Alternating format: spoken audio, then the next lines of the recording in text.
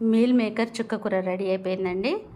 మీరు కూడా చేసుకోండి. పూరీలోకి, చపాతీలోకి, అన్నంలోకి, బగారా రైస్లోకి చాలా బాగుంటుంది. చుక్క కూర ఒక పెద్ద కట్ట తీసుకున్న శుభ్రంగా కడిగి ఇప్పుడు ఇది తరుపుకుందాము. ఇది మిల్ మేకర్ చుక్క కూర మిల్ మేకర్ వండుకోవడానికి.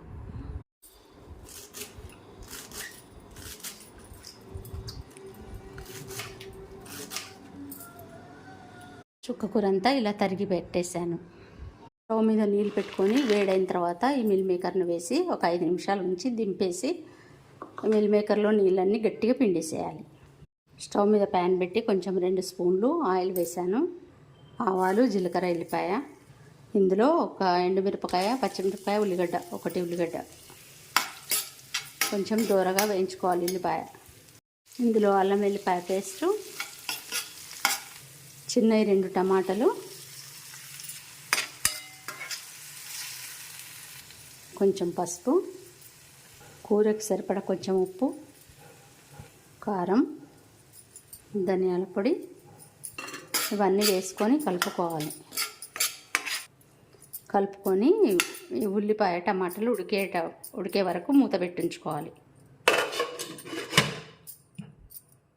వేడి నీళ్ళు వంపేసేసి ఇవి గట్టిగా పిండేసుకొని పెట్టుకున్న మిల్ మేకర్. చక్కగా టమాటాలు చక్కగా ఉడికిపోయినాయి. ఇప్పుడు ఇందులో చుక్క కూర వేసుకుందాం.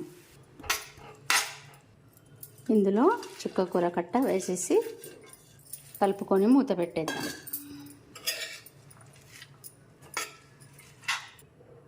కలిపేసి ఆకును ఉడికిద్దాం. చుక్క కూర ఆకు 10 నిమిషాలు ఉడకనివ్వాలి. మధ్య మధ్యన కలుపుతుండాలి. చక్కగా ఉడికింది టమాటా చుక్క కూర. ఇప్పుడు ఈ మిల్ మేకర్ని వేసేసుకుందాం. వేడి నీళ్ళల్లో వేసినవన్నీ గట్టిగా పిండేసేయాలండి. ఒక్క చుక్క నీళ్ళు లేకుండా పిండేసి వేసేసాను మిల్ మేకరు. ఇప్పుడు దీనిలో కొంచెం నీళ్ళు పోసుకుందాం, ఎక్కువ కాకుండా. కొంచెం నీళ్ళల్లో కొంచెం ఉడికితే కొంచెం గ్రేవీ లాగా వస్తుంది.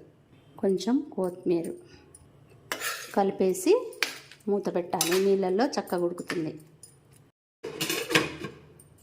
ఇందులో చాలా టేస్ట్ ఉంటుంది. కసూరి మేతి కొంచెం ఇలా మెత్తగా అని వేసేసేయాలి పొడి. మూత తీసి చూద్దాము. చక్కగా దగ్గరికి అయిపోయిందండి. దింపుకోవడమే, సరిపోయింది కరెక్ట్గా. కొంచెం కొత్తిమీర వేసుకొని దింపేసుకోవడమే. ఈ మిల్ మేకర్ కర్రీ చాలా టేస్ట్ ఉంటుందండి. అసలు ఆరోగ్యానికి కూడా చాలా మంచిది. మీరు కూడా చేసుకోండి.